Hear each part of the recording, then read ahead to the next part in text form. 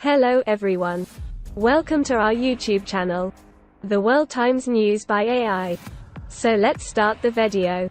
Ukrainian forces have advanced around Bakhmut, Deputy Defense Minister Hanna Maliar has said, describing the eastern city as the epicenter of hostilities.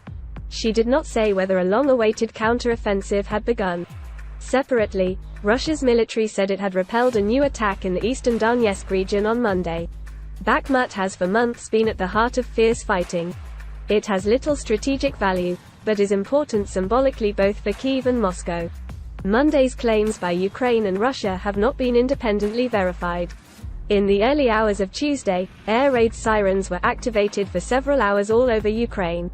In the capital Kyiv, all missiles, more than 20 were shot down, city officials said, citing preliminary information.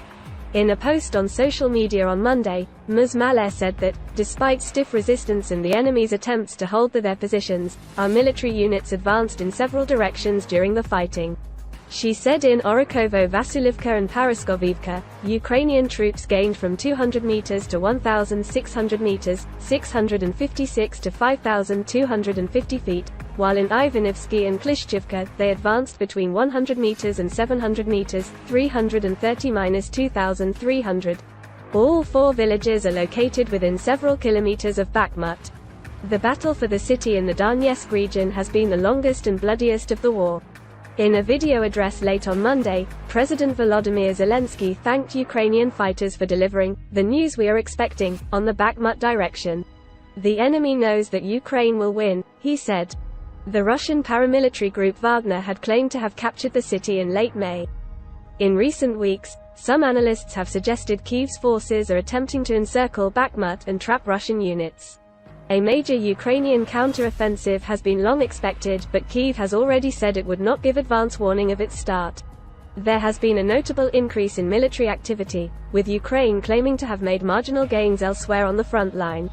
The latest reports are being seen as a fresh sign that the expected Ukrainian push may have begun.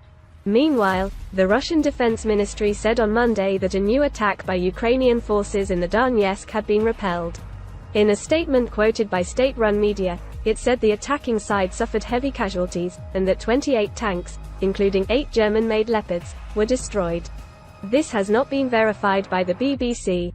Wagner boss Yevgeny Prigozhin publicly mocked the Russian Defense Ministry, describing its statement as wild fantasy.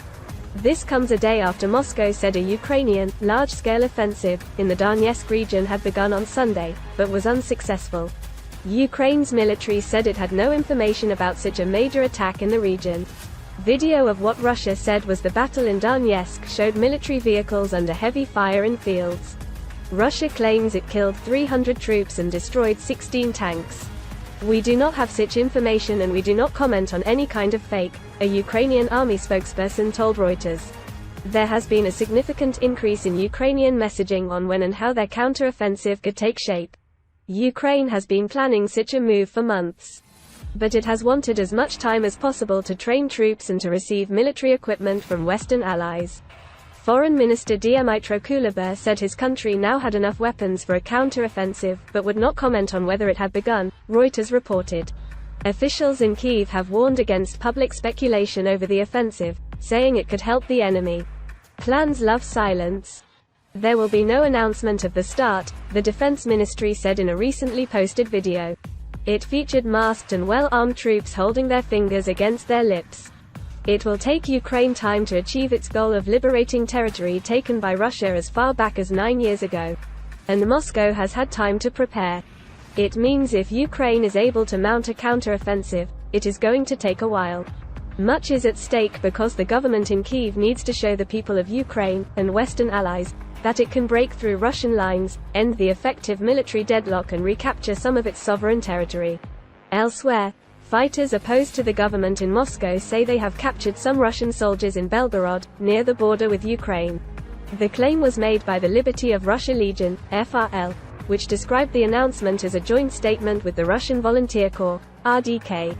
Both groups want to topple Russian President Vladimir Putin and oppose the full-scale invasion of Ukraine that he launched in February last year. Russia has blamed Ukraine for recent attacks in its border territories, but Kyiv denies being directly involved. Meanwhile, President Zelensky met UK Foreign Secretary James Cleverly in Kyiv on Monday. Mr. Zelensky said the pair discussed expectations from the upcoming NATO summit in Vilnius in July and Ukraine's peace proposals. Thanks.